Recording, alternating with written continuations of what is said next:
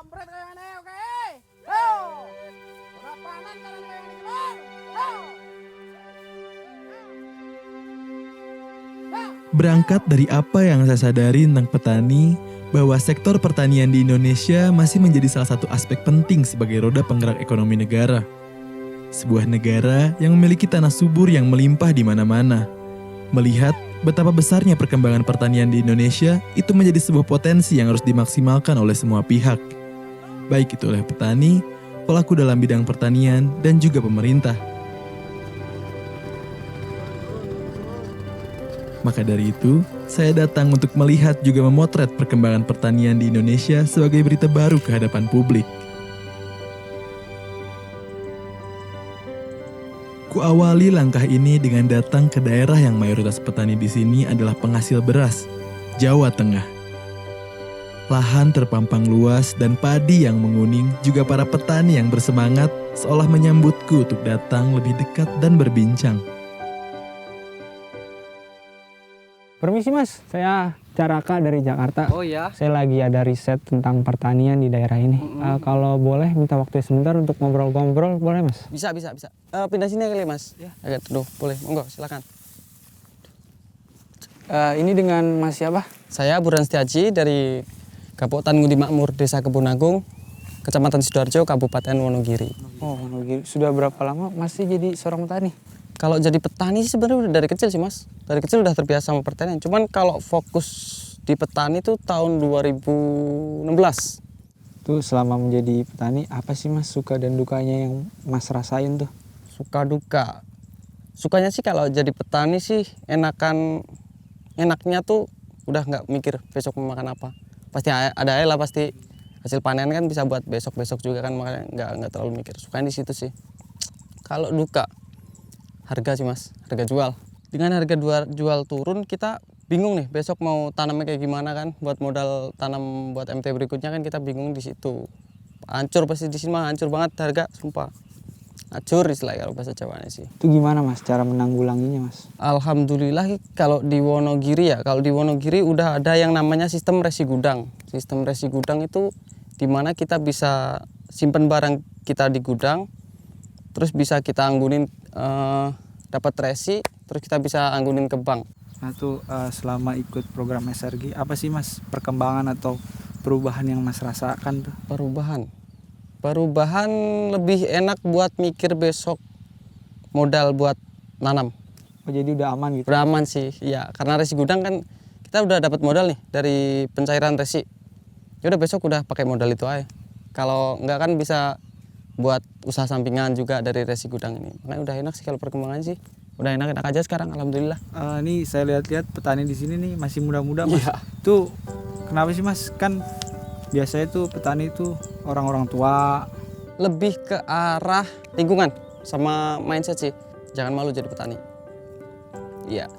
Sama petani itu pahlawan negara, ya kan? Oh, iya, betul. Petani pahlawan. Bayangin aja kalau nggak ada petani, mau makan apa kan negara ini selain gitu. Oh jadi mindset dan lebih ke lingkungan yang mendukung ya Mas? Iya, benar banget itu. Kalau cara sistem kerja dari program sistem resi gudang ini tuh seperti apa sih Mas? Panjang sih Mas kalau di ya. Atau enggak ini? Saya kan kebetulan mau resi ini. Ini yang kayaknya yang terakhir. Mas mau ikut sekalian ke gudang? Oh, boleh Mas. Iya, saya kenalin ntar sama pengelola gudang. Kalau gitu saya ikut Mas. Oh, boleh. Monggo, silakan sini. Mas. Saya tertarik banget nih Mas. Iya.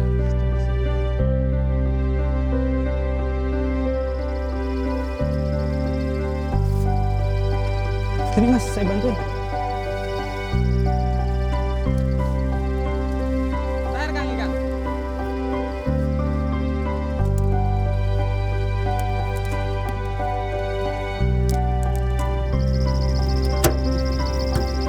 Yakin nih, belakang apa Mas? Oh, aman Mas. Siapa lagi? Kang.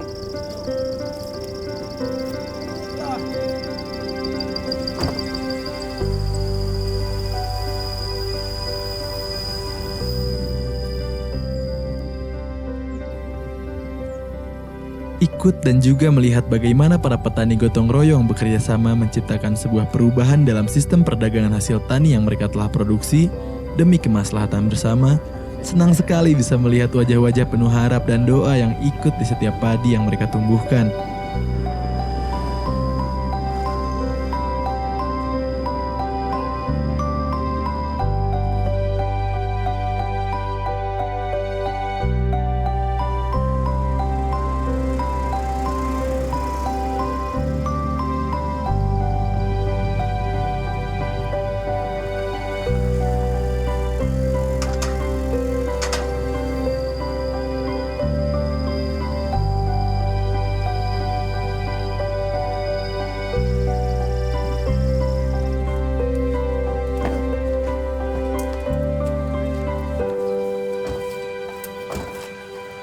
Halo.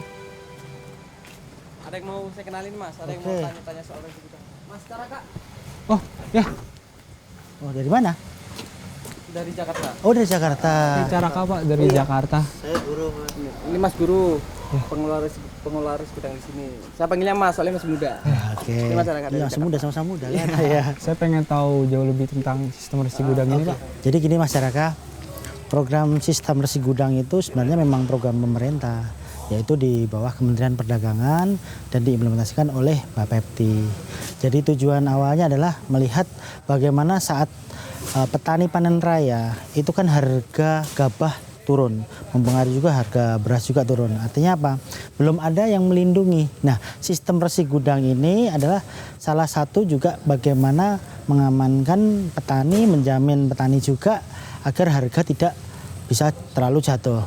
Nah, dan yang kedua adalah melalui mekanisme sistem resi gudang juga petani bisa mendapatkan resi yang bisa dicairkan di bank dengan harapan apa? Petani dalam rangka saat mereka untuk produksi lagi, mereka bisa mendapatkan dana tersebut dengan 70% yang dicairkan. Begitu masyarakat itu. Terus kalau misalkan cara kerja atau mekanismenya dari sistem resi gudang ini tuh bagaimana Pak?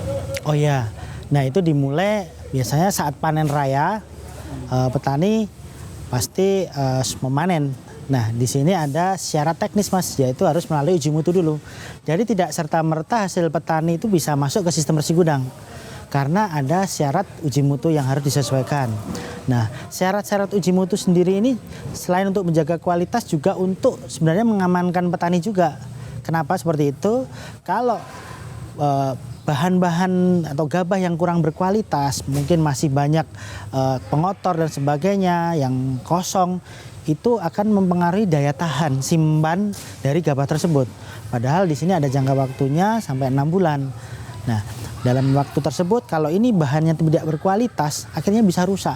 Nah, kenapakah di Bapepti sendiri ada requirement khusus, yaitu dengan standar uji mutu. Nah, setelah melalui mekanisme stand pengujian, ya penimbang dan sebagainya, di kita ada sistem timbang.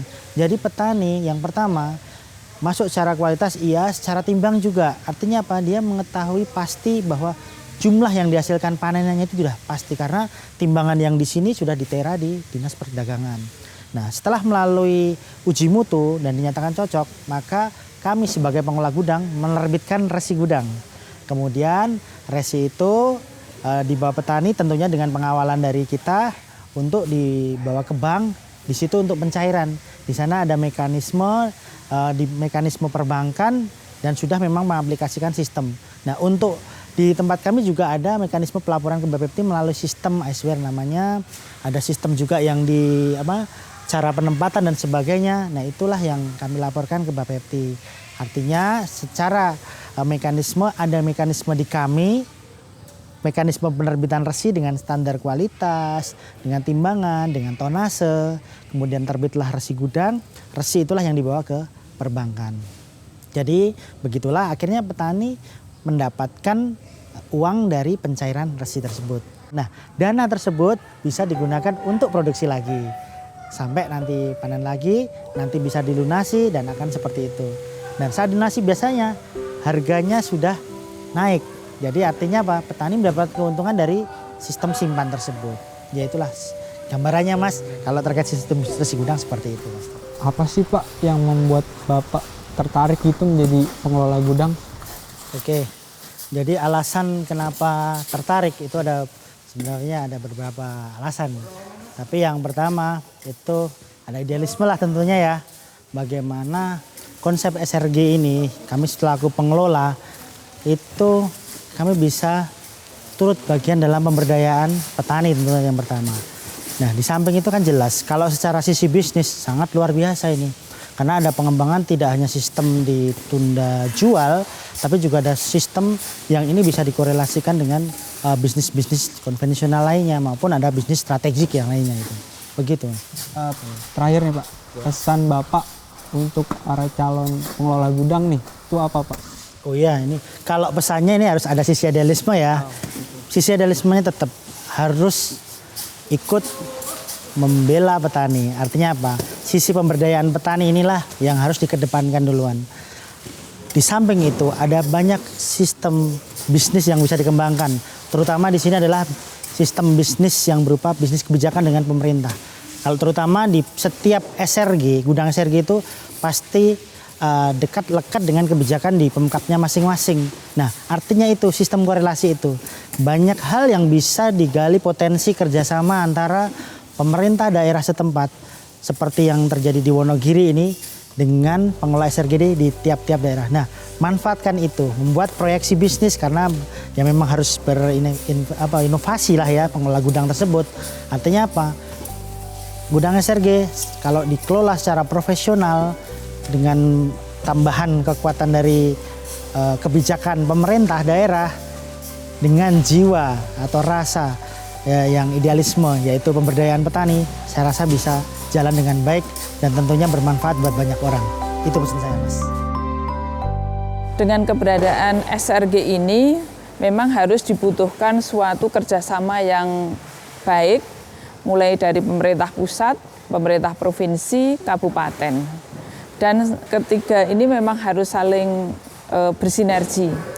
Dan ketika ini sudah di kabupaten ini ada suatu untuk percepatan pemanfaatan gudang ini pada waktu itu. Kemudian kami berkolaborasi, bersinergi dengan OPD teknis yang lain, Mas. Jadi kita tidak bisa dinas KUKM Perindak ini sendiri, tidak bisa. Kita harus menggandeng bekerja sama dengan dinas pertanian. Karena dinas pertanian ini memiliki penyuluh pertanian di lapangan banyak sekali dan mereka lah yang mengedukasi kepada petani, kelompok tani atau gapotan apa toh itu SRG. Kemudian dari dinas kami KUKM Perindak mendorong pada pengelola gudang jangan hanya menunggu, tetapi bagaimana menjemput bola dan mengedukasi kepada masyarakat khususnya petani, kelompok tani ataupun gapotan agar mereka mau ke sini. Selain itu juga ada kebijakan pemerintah daerah, dalam hal ini kepala daerah Pak Bupati terkait dengan program-program pemerintah disinergikan ataupun dikerjasamakan dengan gudang SRG ini. Ada beberapa yang telah dikerjasamakan, salah satunya adalah program beras ASN. Jadi ASN yang tidak memiliki lahan sawah atau pertanian, yang notabene selama ini sendiri-sendiri dianjurkan untuk membeli beras melalui SRG ini dan ini sudah berjalan hampir setahun. Kemudian selain itu juga ada program dari BPNT, Bantuan Pangan Non Tunai. Ini juga sudah lama, kalau tidak keliru sejak tahun 2018 itu sudah ada. Dan ini juga kolaborasi antara pengelola SRG dengan dinas sosial. Pemerintah memberikan kepercayaan lagi kepada pengelola gudang SRG untuk bisa mencukupi kebutuhan akan beras kepada masyarakat yang sesuai dengan ketentuan. Bagaimana sih Bu pandangan Bank Jateng terhadap program sistem resi gudang ini? Ya, kami dari Bank Jateng sih Mas melihatnya ini sebagai peluang bisnis. Karena apa? Di saat panen raya biasanya harga gabah turun, petani tidak usah menjual dulu, ditaruh di resi gudang dulu dan kami dari sisi Bank Jateng memberikan pembiayaan kepada petani untuk bisa operasional lagi. Jadi nanti di saat harga gabah sudah mulai naik, petani baru bisa menjual tentunya dengan harga yang lebih baik. Gitu. Menyinggung soal harga tani yang turun pada saat hasil panen raya berdasarkan sistem resi gudang, itu bagaimana Bu prospek pembiayaannya? Ya, Kebetulan untuk Wonogiri ini untuk panen raya bisa sampai 3 kali. Jadi disitulah kami dari sisi bank tadi membaca sebagai peluang bisnis, kami bisa memberikan pembiayaan kepada petani yang di masing-masing petani bisa sampai kita berikan 75 juta tergantung nanti dari berapa petani yang mengajukan. Itulah nanti yang menjadikan benefit bagi kami. Yang terakhir Bu nih, kenapa sih Bank Jateng tuh bekerja sama dengan sistem resi gudang ini? Ya, karena Bank Jateng adalah banknya pemerintah dan kami sangat mendukung program pemerintah dan kami melihat resi gudang ini kan bukan program sosial tapi program bisnis untuk meningkatkan kesejahteraan petani. Jadi bagi kami ini adalah simbiosis mutualisme antara petani dengan bank. Jadi why not? Kenapa enggak kita masuk ke situ untuk meningkatkan taraf hidup petani?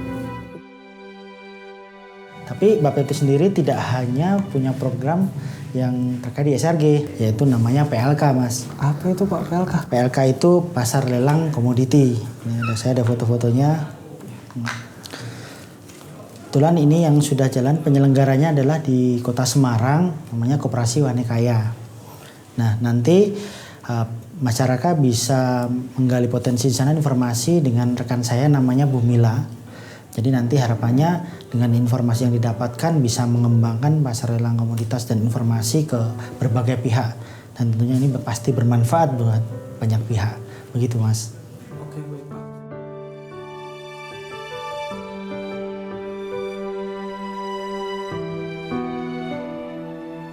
Menjalankan secara bersama-sama program yang pemerintah telah ciptakan, yaitu sistem resi gudang. Para petani sangat terbantu akan hadirnya program SRG, karena prosesnya memudahkan, meningkatkan mutu, dan bermanfaat bagi mereka. Kita tidak akan pernah mengetahui manfaatnya bila kaki enggan melangkah dan menjalankan suatu hal yang dapat membawa kita kepada kebaikan. Dan di sini sudah melangkah bersama program SRG dengan baik. Pasar lelang komoditas, bagaimana program tersebut berjalan?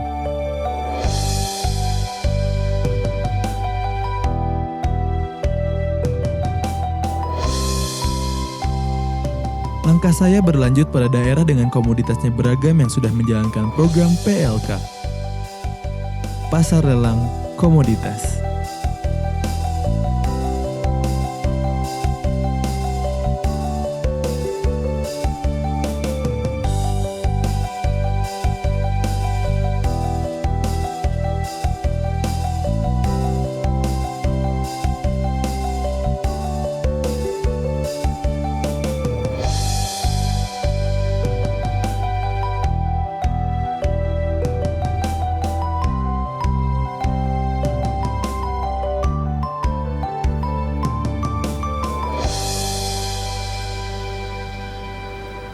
Permisi Mas, Oh ya Mas, gimana Mas? saya Caraka dari Jakarta. Ya, Saya lagi cari Bu Mila. Oh nyari Bu Mila ya?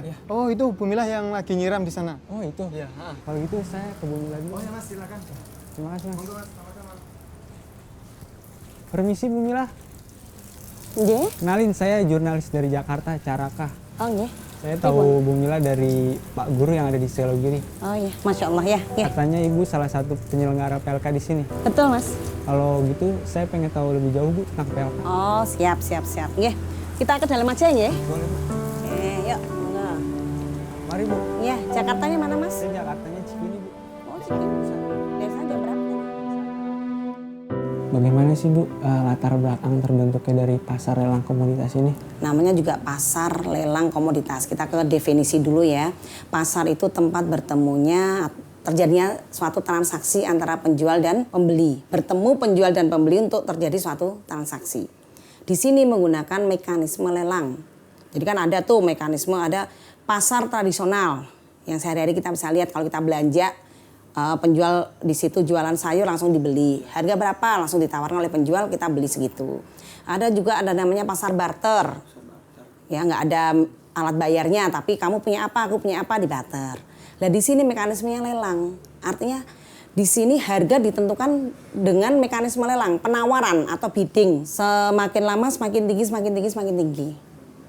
Penjual, misalkan penjual menjual berasnya di angka 7.000, itu nanti di pasar lelang itu mekanisme lelang terjadi. Oh bisa aja ada yang nawar nanti 7.000. Ada lagi yang berminat nawar 7.200, ada lagi yang nawar lewat mungkin jadi 8.000. Itu ada kenaikan-kenaikan begitu. Nah, sehingga dari di situ kelihatan tujuan pasar lelang itu jelas akan terjadi keterbukaan harga atau transparansi harga. Kemudian terjadi discovery harga, discovery price ya, atau pembentukan harga. Harga kan jadi terbentuk di situ. Berarti menarik sekali tuh Bu, saling menguntungkan antara penjual dan pembeli. Terus kalau mekanisme kerjanya itu seperti apa Bu program ini? Mekanismenya mudah sekali Mas, apalagi kita udah terbentuk namanya sistem pasar lelang terpadu ya. Jadi sudah difasilitasi dengan teknologi digital juga. Jadi nanti penjual maupun calon penjual maupun calon pembeli itu yang penting itu adalah mempunyai akun. Akun itu sebagai bukti dia sebagai anggota pasar lelangnya. Koperasi Wira Agri Aneka Jaya. Karena penyelenggaranya kan kami Mas. Itu bisa dilihat di website ya di plk.bapepti.go.id /14151. Itu kode kami, kode penyelenggara kami itu 14151 Mas. Nah, nanti yang perlu disiapkan oleh calon penjual maupun calon pembeli untuk menjadi anggota pasar lelang itu harus punya KTP, pasti punya ya Mas ya. Kemudian ada email dan punya nomor HP. Itu aja. Nanti buat akun akan dibimbing oleh kami ya kan. Baik mau sowan langsung ke sini juga bisa ataupun via telepon juga akan kami layani. Nanti bikin akun, para anggota itu akan mendapatkan nomor anggota. Nanti kita juga akan buatkan KTA-nya itu nanti Mas. Setelah punya nomor anggota, dia berhak untuk mengikuti pelelangan. Misalkan bagi para penjual ya dia akan memasukkan inisiasi jual. Misalkan beras nih, saya punya beras 10 ton dengan harga 8.000. Ya udah, nanti si calon penjual itu memasukkan dia punya barang apa, jenis barangnya apa, mungkin tulis saja. Nah, nanti dari pihak penyelenggara tetap akan melakukan verifikasi dulu. Setelah kami verifikasi keberadaan jumlahnya betul, memang jenisnya juga seperti yang dia tawarkan, baru nanti kami dari penyelenggara akan mengadakan event. Kita akan buat event, di mana kalau kita sudah buat event gitu, kita akan mengundang para pembeli. Jadi yang kita undang nanti pembeli-pembeli Mas. Pembeli-pembeli tentunya yang sudah menjadi anggota pasar lelang Wanekaya. Setelah pembeli kita undang, kemudian mereka akan kita sodorin ini. Ini ada inisiasi jual banyak nih. Beras, berbagai macam beras. Waktu dan tempat kan kita tentukan. Nah, itu hibrid ya Mas ya. Ini saya bicara yang hibrid dulu nih, yang gabungan antara offline dan online.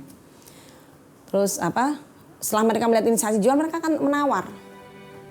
Ya kan?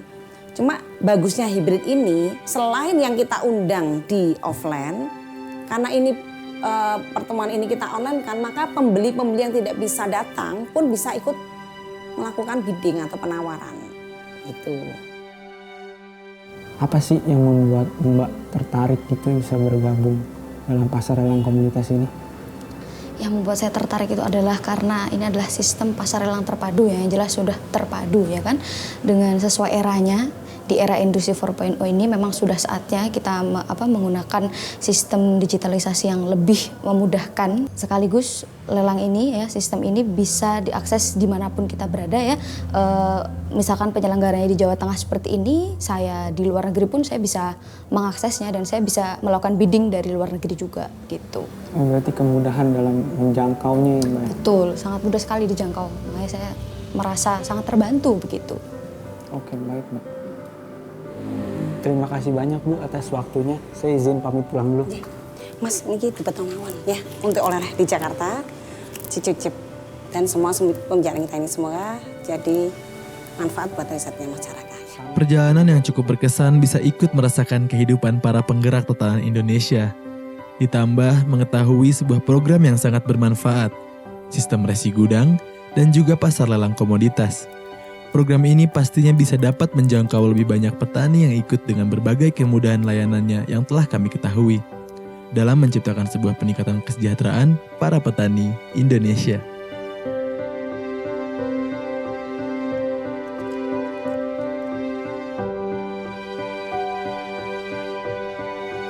Tetapi, semua ini masih kurang bila tidak ditutup dengan pesan dari mereka yang memiliki misi dan juga visi terhadap program yang telah diciptakan ini.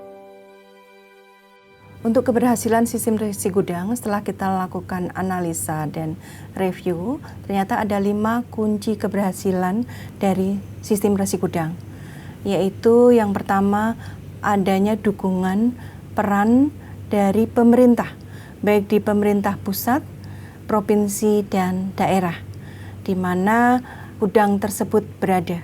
Jadi kebijakan yang dikeluarkan oleh pemerintah kabupaten yang mensupport implementasi SRG sangat diharapkan. Yang kedua, kunci keberhasilan SRG yang kedua yaitu profesionalitas dari pengelola gudang. Pengelola gudang ini tidak hanya sebagai penjaga gudang, tetapi dia seorang yang bisa memanage dan mengelola dari gudang yang dia pimpin, mempunyai jiwa entrepreneur dan bisa mengembangkan usahanya, bisa menjembatani dari hulu hingga hilir. Keberhasilan yang ketiga yaitu adanya akses hulu hingga hilir yang terjembatani, yaitu dari komunikasi dengan para pemilik komoditas hingga adanya off-taker atau standby buyer sebagai pembeli akhir.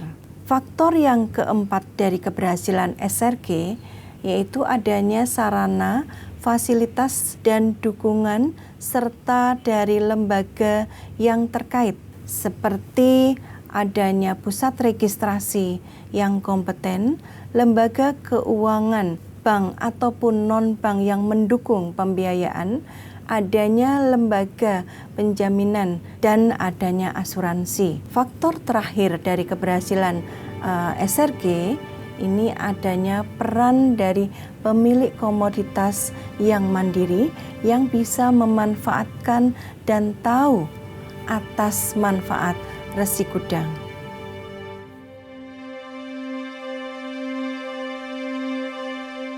Salah satu permasalahan tata niaga komoditi pangan, perikanan, dan perkebunan yang terjadi saat ini adalah adanya ketidakadilan distribusi keuntungan pada pelaku usaha yang terlibat di dalam mata rantai perdagangannya.